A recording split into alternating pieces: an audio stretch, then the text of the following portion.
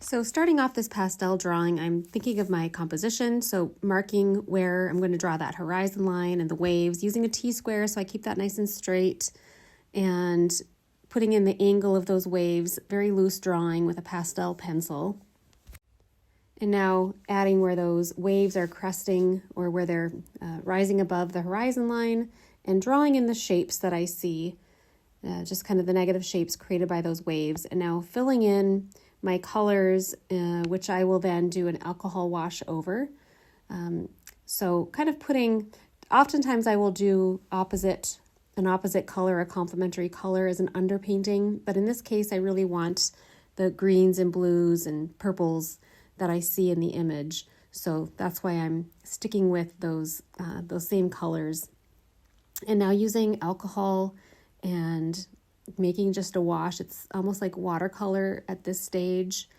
And so when you work with pastels, you always want to have your destination in mind. I know that I'm going to want those waves, the whites and light blues and colors of those waves to be more textural. So I really want those darks to be smooth in the beginnings as I start to build the layers and build color.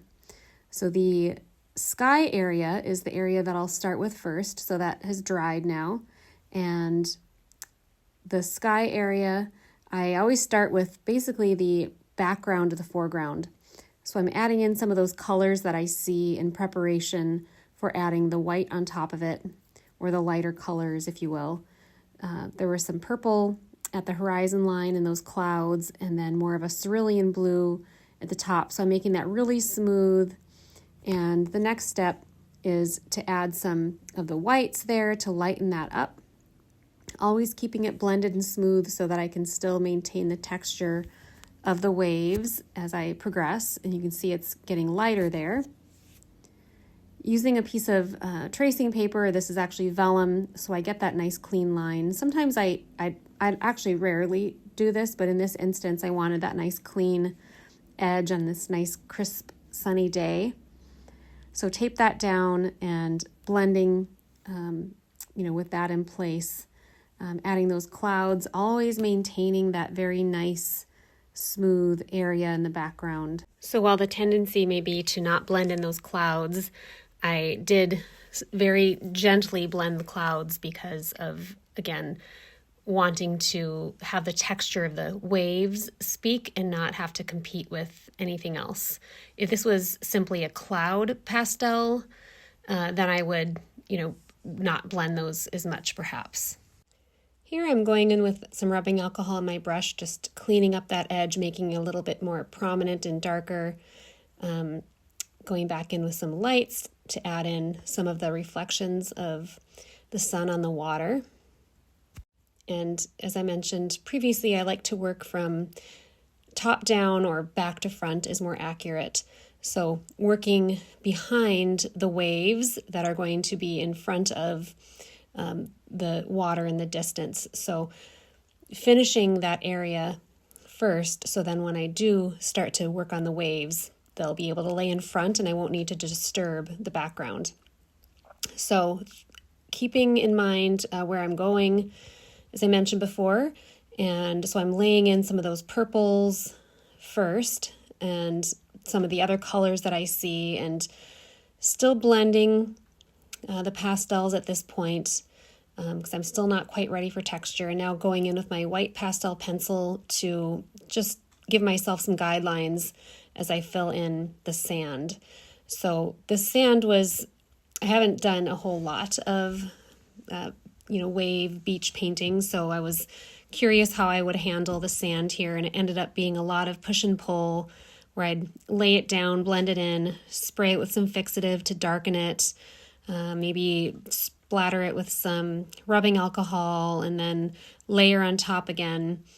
And there were some seafoam streaks that I had in the reference, which I had put in at one point and didn't really like, so had obliterated those and tried it again. And ultimately, I was able to get to a point that I liked. So there I was protecting the sky as I did some of that spraying I mentioned, and that kind of darkens everything. And I like that, especially with pastels, I find it's pretty easy to go fairly light too soon. I'm using some blue. Anytime you have a fresh wave before it sinks into the sand, it'll reflect that sky when it's kind of wet. So that's where that, kind of blue color comes from, and it cools down the warm brown there quite nicely. And then I blended that in, and I'll add that back in at a certain point. But going in with some white here, and it's not just white. I mean, here I am using a white, but also using some pale blues and pale purples for the actual foamy white areas of the wave. That sand gets mixed up, so adding some of the browns in there as well. As I lay in some more of that color, I start to very carefully blend, just barely blending on the surface. It looks like I'm going in with some alcohol wash here now again. Like I mentioned, it's really a push and pull, and I like that. I like that kind of layering quality that I can achieve, that an artist can achieve with pastels, where when you spray it down, you can layer on top, and some of those previous layers show through. So I used a paintbrush a toothbrush to kind of splatter in some of those lighter colors, and then going over it again. So still trying to figure out, just the areas that I want light. Initially when you look at your reference, you see it very simply. You see a lot of those lights, but truly there aren't a lot of areas that I used pure white. Anytime I used white, it would often get knocked back again with some other color on top, or with some fixative or rubbing alcohol. And so really those areas where the pure white pastel has been used is mainly with the splatters, and then at the very end, or just a very light touch over some other pastel. So it picks up that underlayer. But here is the finished painting. It was so much fun. And thanks for watching. Hit that subscribe button if you'd like more content like this.